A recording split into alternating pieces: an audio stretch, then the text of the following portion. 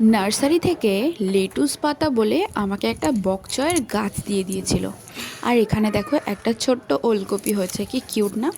তো আজকে সেই বকচয়েরই একটা রেসিপি করে দেখাবো তোমাদের। Obviously Bengali recipe. তো বকচয়টা ভীষণ বড় হয়েছিল, এনেছিলাম যখন ছোট্ট একটু ছিল, তাই এটাকে তুলে নিলাম। আর দেখতে কিন্তু ভীষণ সুন্দর। আর এই বকচয়ের স্যালাড খেয়ে থাকে অনেকে। আমি আজকে যে ডিফারেন্ট রেসিপিটা দেখাবো সেটা হয়তো কেউ কখনো তৈরি করেনি।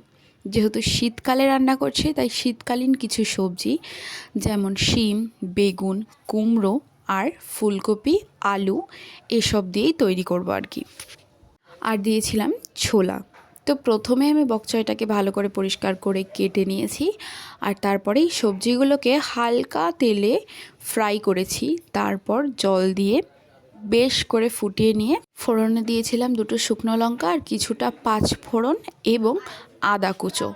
তারপর এটাকে আবার ঢেলে দিয়েছি। দেওয়ার পরে আমি স্লাইড একটু চিনি দিচ্ছি, তার কারণ হচ্ছে গিয়ে আমি যে কুমড়োটা এখানে অ্যাড করেছিলাম সেটা একটুও মিষ্টি ছিল না, তাই এক ফোঁটা চিনি আমি দিয়েছি। তোমরা চাইলে নাও দিতে পারো। আর এভাবে বানিয়ে খেয়ে দেখো, বকচয়ের রেসিপি দারুণ লাগে।